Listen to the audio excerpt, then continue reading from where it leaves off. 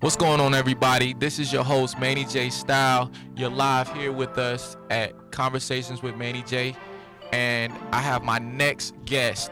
And let me just give you a little insight of my next guest, man. I'm super excited for him to be here. First of all, we've been knowing each other now almost a decade plus. And we met, you know, at school at FIDM Fashion School. And two straight cool guys having a good time and everything, and just connected through art and fashion. And when I met him, I just remember him having this really insightful t-shirt on that just had this amazing poetry and had these amazing words behind it with dope art and graphics. And I was just like, who is this dude? And he had all the women around him too. And I'm like, who is this cool cat? And he had his homeboy with him, Ethan. And from that on, we just kind of just started rolling, and we had a pretty cool clique, and we've been friends there ever since. And he was just a phenomenal artist and graphic designer, animator, and everything about it. But he also had a very skill set with words. Like, he could just put words together. And I just remember, saying, yo, I just want to, hear something behind some music. And at that time, I don't know if he was into music as heavy as he is now, but I know he was really into poetry and putting those things together. And he started doing it. And I've been supporting him ever since. I've been to probably one of his first shows to the last show that he did and just dropped. And I will continue to be there because I love him. I'm proud of the man that he's become and who he's shaped out to be. And I'm very proud of what he's about bringing to the world and what he's just about. And you're going to get a chance to hear what he's about a little bit today. So without any further ado, I know that was a really long introduction, but it's definitely worth it. This is my boy Bruce Stevens, also known as Tree of Life. What up, B? What's going on, sir? How you doing? I'm blessed. Thanks for being here with me, man. Thanks for having me, dog. This is great. So man, we're going to hop into it and everything, man. First of all, tell the people a little bit about yourself, why you're here, and where you're from and what you got going on. Me, I was born and raised in Detroit, Michigan, and actually a little outside of Detroit, it's a city called Inkster. Okay. And I went to Washtenaw Community College out there where I got interested in design, and I was into art, comics, drawing, doing all kinds of stuff like that. And then I ended up meeting Ethan that you mentioned earlier, and we decided we wanted to do a clothing line because I'm like, I want to make money with these designs, because I would draw stuff and I would like get it printed out and iron it on shirts in high school. And people were like, man, where you get that shirt from? I'm like, I made it. They're like, man, make me one. So I was like, I can make some money doing this. So I started printing out shirts and making shirts for other people. And so then that turned into like, let's start a clothing line. I was 14 years old at the time. So that's when I started my first clothing line. So that's one link to why we ended up meeting each other, because clothing got me out here. What was the name of the brand? The first brand was Definition. Yeah. I remember that. And so what's like, I know you have a very interesting background and everything, and you shared a little bit, but share a little bit, because I think your background and the way you was brought up and your upbringing has a lot to do with, who you are today and what you represent. So kind of share a little bit about that if you don't mind. No doubt. Yeah, I was raised as one of Jehovah's Witnesses from a kid, so that was what I knew. And that's what I was, I knew to be the truth at that particular time of my life. So my perspective on things was very shaped by how I was raised religiously and what I believed from being one of Jehovah's Witnesses. So I think that has a big effect on everything that I do. Okay. You know what I'm saying? Because like even this project that I'm working on, The Other Side of Paradise, is based off of things that I learned. Even my name, Tree of Life. Going back to Genesis, where Adam and Eve, they messed up, and God had kicked them out of the garden, and it was a tree that if they got back to that tree, they could get life, and that tree was the Tree of Life.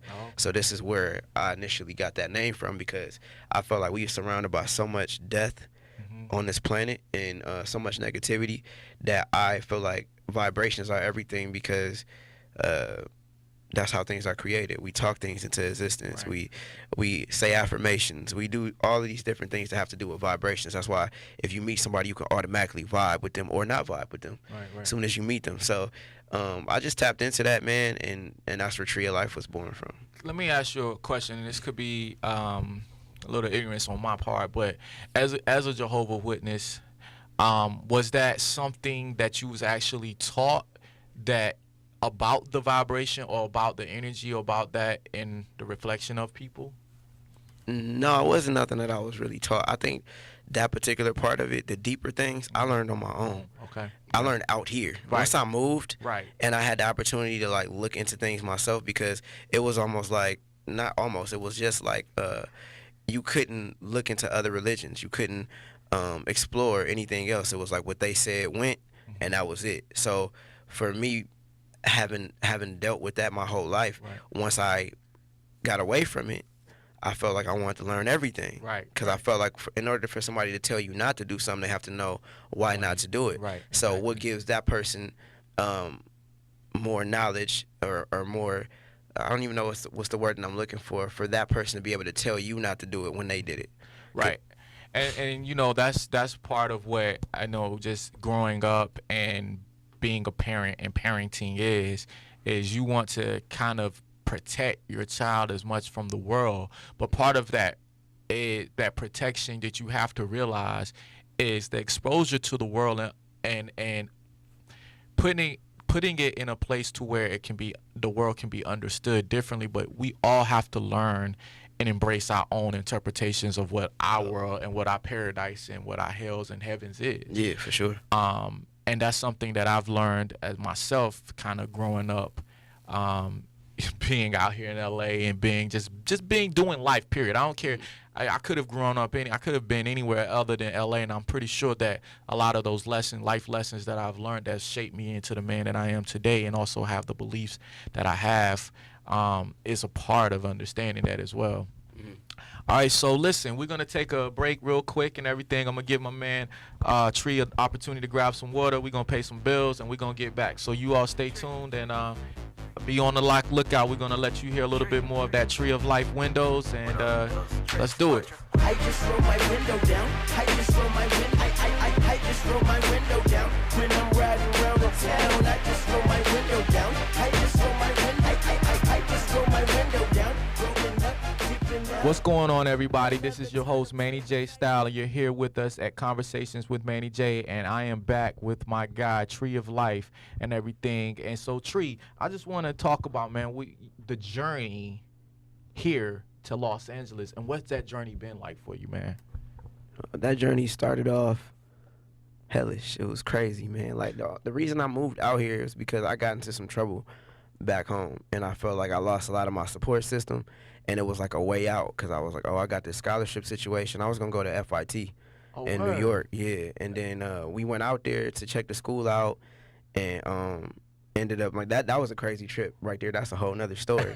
But me and Ethan went out there, and the breakdown of it was he didn't have the grades for the school. Okay. So I didn't want to go to two separate schools at the time, because at that time we had just started this Right. clothing line. Right. So I'm like, if I go to New York and you go to LA, this ain't never gonna happen. We Right. kids, you know what I'm saying? Right, Like, right. We gotta so go. we out gotta there. go together Right. wherever we going in order to stay focused. Right, So right.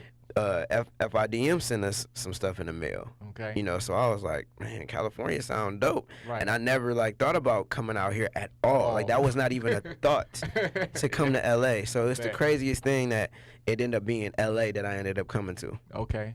Yo, it's funny because I have a very similar story too, because I got in. That's what led me to get to California and to film as well, because I was actually supposed to go to London, Wow. and That's crazy. I got into some trouble as well, man. And honestly, man, for me it was just like when I told my boys I was gonna go to fashion school, they all looked at me and told me, "Yo, that's what you need to do. Mhm. That's what you need to do with That's your dope. life."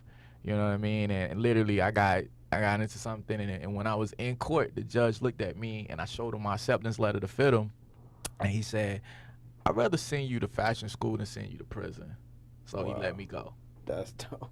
And so that's why part of my journey I always reflect, and I'm able to go back into the streets and everything and build with young kids and stuff like that, because part of my journey is I know that, you know what I'm saying, and I know a lot. Being in fashion was not even my game plan, bro. That, I feel you know what I'm saying, I feel like you was there at 14. You had a good solid plan, and man, at 14 and everything. So that was a blessing. But and for me, it wasn't even in my game plan, and it just happened to fall in my lap. Yeah.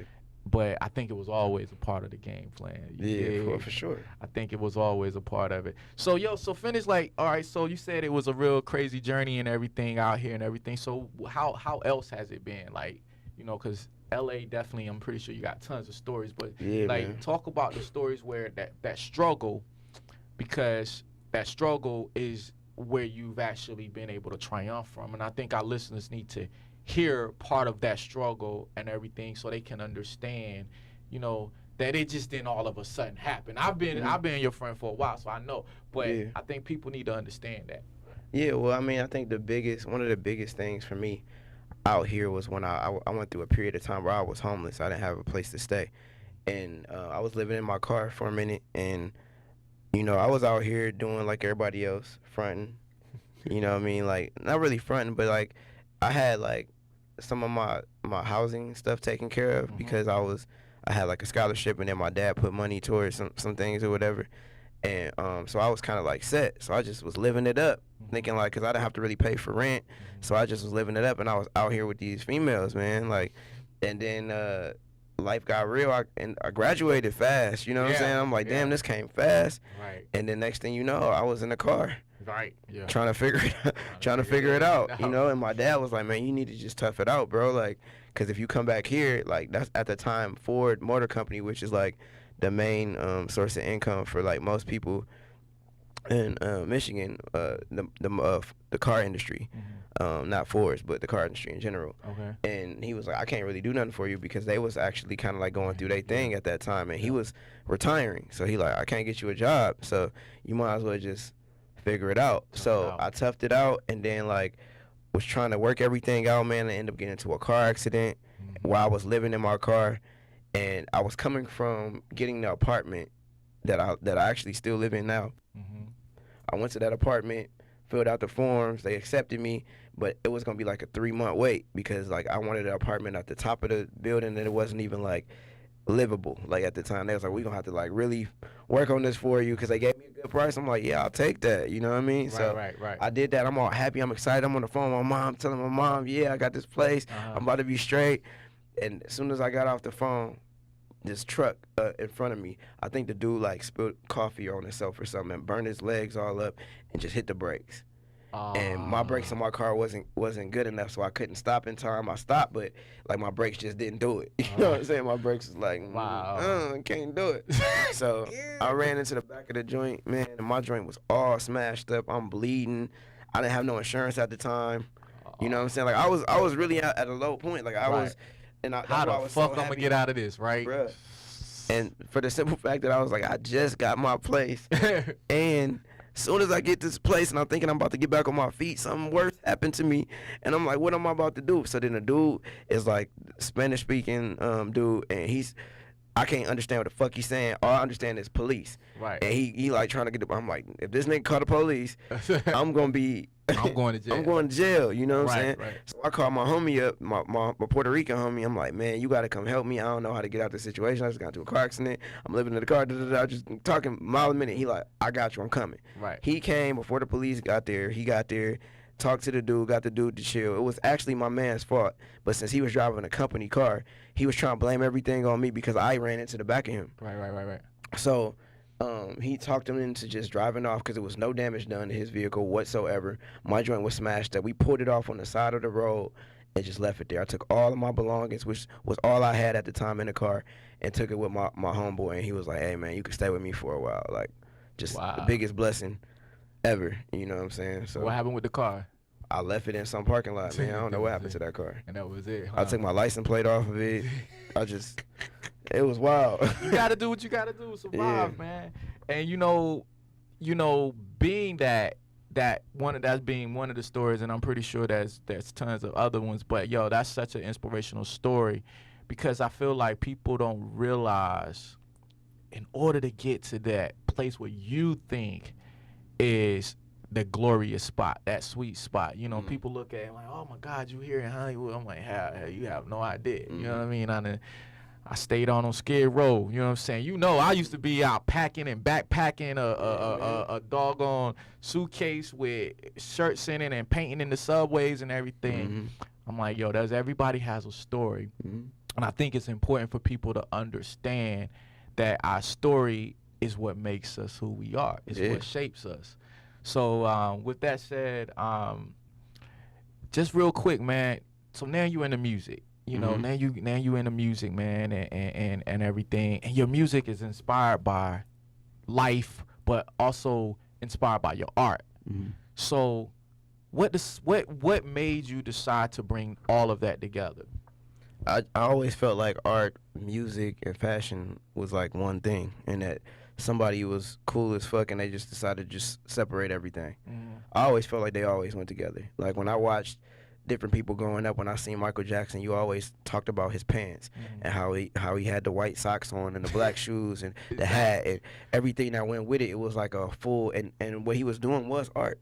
Yeah. He was creating his art. style was so artistic. Yeah. And then like you get into like album covers and things of that nature and what people actually put together to give you a visual for the story that's going on in their mind. And to me, that's a complete story. So to me, being an artist was having all of those facets put together in your own mind and then trying to get them out. So I always wanted to do all those things, but people have always tried to marginalize people into being like, you're a person that works at Ford Motor Company. You're a person that works as a baker. You're a cook. And then this person's a dancer. You couldn't be a dancer and a cook and work at Ford. You know what I'm saying? Because people don't really function that way. The majority of people don't. So, like, I was listening and thinking, like, maybe I can't do all of these things because that's what everybody else is always saying. But then I just realized that they only saying that because they can't do it. That don't mean that I can't do it. Yeah, that's what Jay said. Yeah. But so we're going to put a pin in it right there and everything. I want to elaborate on that subject a little bit more, but right now we're going to take a break and everything. So you all listen a little bit more to Windows because I want y'all to make sure y'all download it, you know what I'm saying? And really go and follow my boy's YouTube channel, Tree of Life, and with and a Y. Tree of Life Worldwide. I said with a Y. Oh, Tree of Life with a Y. Yeah, make sure they know. You all stay tuned and everything. We'll be right back. I just wrote my